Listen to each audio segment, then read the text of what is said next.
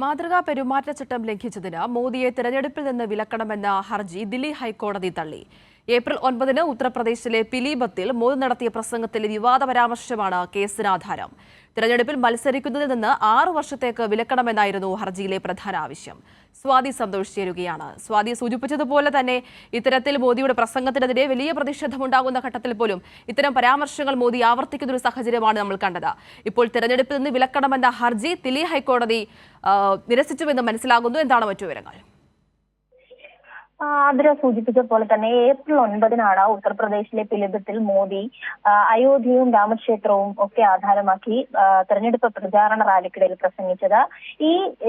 ഈ പരാമർശത്തിലാണ് മാതൃകാ പെരുമാറ്റച്ചട്ടം ലംഘിച്ചെന്നാരോപിച്ച് മോദിയെ തെരഞ്ഞെടുപ്പിൽ നിന്ന് വിലക്കണമെന്നും പറഞ്ഞുകൊണ്ടുള്ള ഹർജി അഭിഭാഷകനായ ആനന്ദ് ജോണ്ടാലെ സമർപ്പിച്ചത് ദില്ലി ഹൈക്കോടതിയിൽ. ഇപ്പോൾ ഈ ഹർജി തള്ളി എന്ന വിവരമാണ് പുറത്തേക്ക് വരുന്നത്. തെരഞ്ഞെടുപ്പിൽ മത്സരിക്കുന്നതിൽ നിന്ന് 6 വർഷത്തേക്ക് മോദിയെ വിലക്കണമെന്നായിരുന്നു ഹർജിയിലെ ആവശ്യം.